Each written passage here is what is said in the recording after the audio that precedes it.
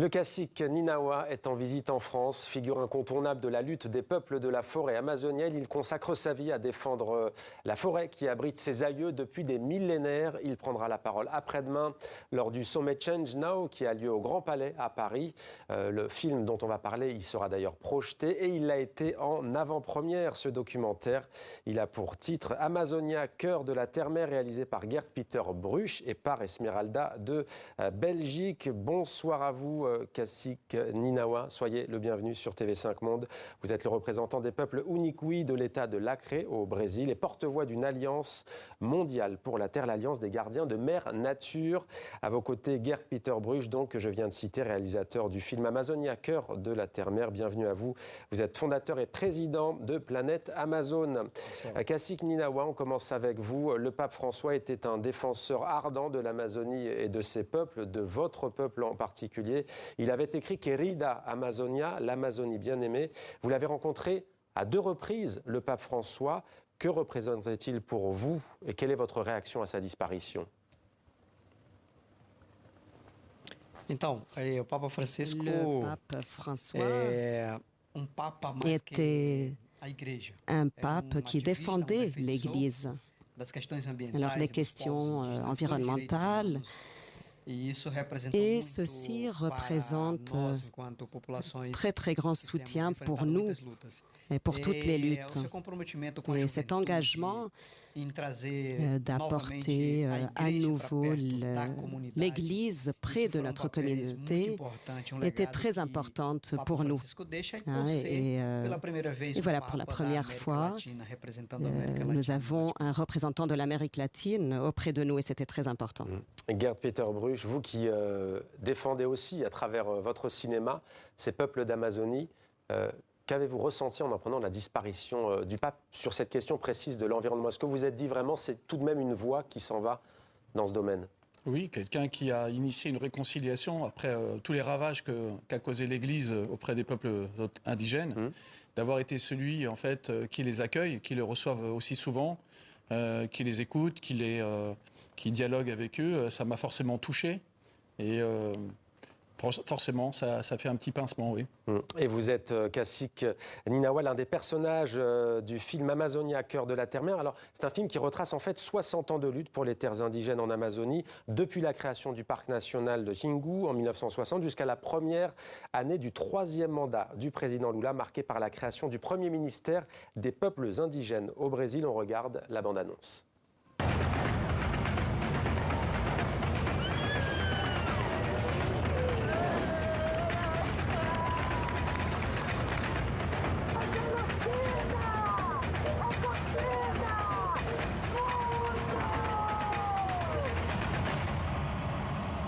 A gente protege, mas ao mesmo tempo não tem ninguém para proteger a gente. Eu quero que o meu filho viva pelo menos o que eu estou vivendo hoje. A tradição do meu povo, o território do meu povo. Não quero que seja destruído. Eu vou brigar mais até conseguir aumentar esse terra aqui, né?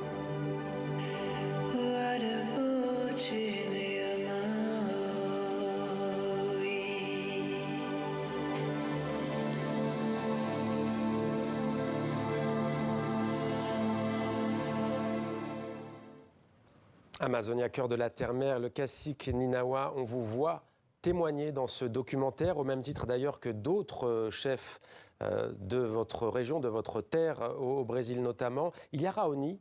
Est-ce que cet homme, ce grand homme, Raoni, vous a inspiré dans votre combat?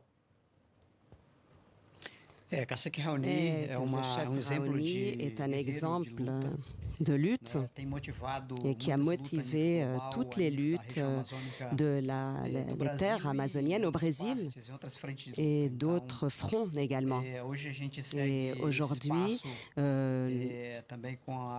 nous avons également les orientations d'autres chefs et qui ont commencé leur action. 4 générations de chefs qui défendent leurs terres. Quels sont aujourd'hui les dangers, les principales menaces sur vos terres et sur les peuples qui y vivent depuis des millénaires? Bom, existe conjunto Alors, il de existe tout un ensemble de plusieurs menaces pour nos territoires, principalement dans les régions de l'Amazonie au Brésil, les avancées de tous les minéraux également. Aujourd'hui, on discute la question du pétrole en Amazonie et ceci... cela constitue donc des crimes contre les peuples d'Amazonie. Et nous avons également donc, une récupération des peuples pour les grandes économies mondiales, pour exploiter, qui sont sous la responsabilité de toutes les luttes que nous affrontons. Et Gerd Peter Bruch, votre documentaire raconte l'histoire inachevée de la reconnaissance et de la protection des territoires indigènes dans la forêt amazonienne. Pourquoi ça ne se fait pas? Qu'est-ce qui bloque? Le commerce, avant tout, le grand capital, comme dit le cacique Ninawa, parce qu'en effet, on est tombé d'accord. Quand on ne respecte pas les accords, on est tombé d'accord à Rio 92. Ça fait longtemps déjà. Et donc, on doit normalement démarquer ces terres indigènes et le monde entier a financé. Et donc, pourquoi ça ne se termine pas? Et pourquoi il y a des blocages? Et pourquoi on parle de crédit carbone au lieu de finaliser la protection de ces territoires indigènes? C'est pas très juste tout ça. Et donc, on peut voir la difficulté des peuples indigènes.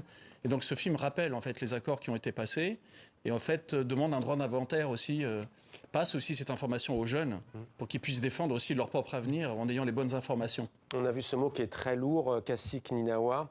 Je m'adresse à vous, le chef. Est-ce qu'il y a selon vous un écocide en cours? Est-ce qu'il y a eu un écocide sur vos terres? Oui, tout à fait. Tout à fait. Alors, il existe un écocide dans les régions amazoniennes, dans nos territoires. Les eaux sont polluées à 50%, 15% des eaux du planète sont dans l'Amazonie et la production également. Mais il est prouvé également scientifiquement que certaines parties de ces eaux sont polluées. Et cette contamination, elle continue, elle poursuit avec l'avancée, la déforestation. Et ceci a avancé. C'est très, très clair pour nous, pour la société, qu'il existe un écocide dans la région de l'Amazonie, chez nous. Et vous défendez bien entendu les peuples qui vivent sur ces terres, cette terre elle-même, mais aussi toute la biodiversité. J'aimerais qu'on regarde l'affiche du film et vous avez tenu à nous la décrire aujourd'hui. Est-ce que vous pouvez nous raconter cette image aujourd'hui?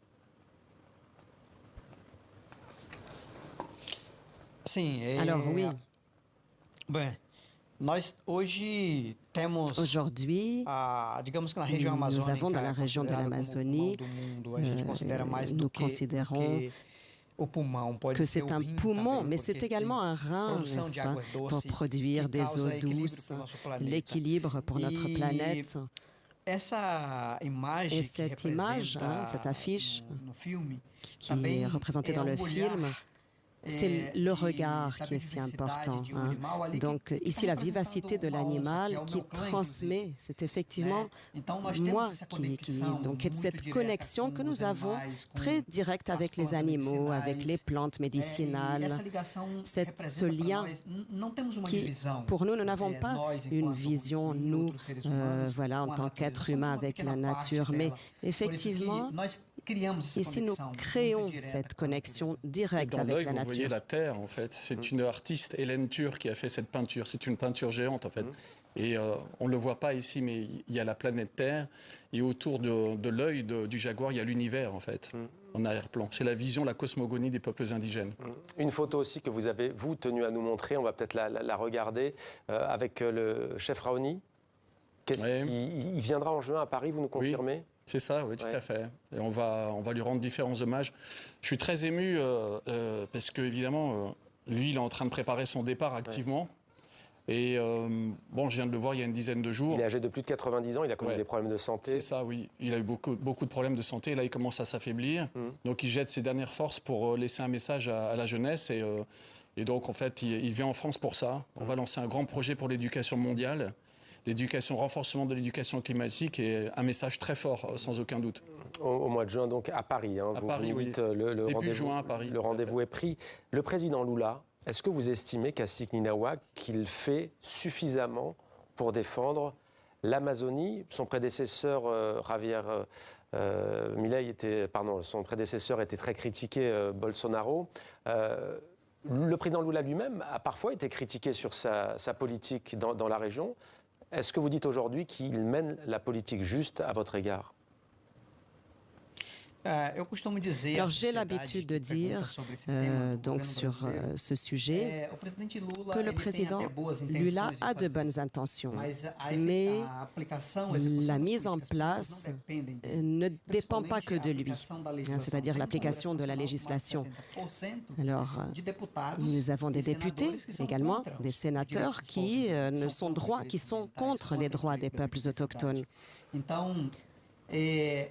Par conséquent, le président Lula ne représente pas tout le gouvernement. C'est une personne, il y a beaucoup d'intérêts fragmentés au Brésil. Et je pense que s'il ne dépendait uniquement que de lui, il voudrait démarquer plus, n'est-ce pas, et lutter plus en faveur de nos territoires, de nos peuples, en protégeant, voilà. Mais il y a ces questions également, de la pression économique également, voilà, qui pèse sur ses épaules également.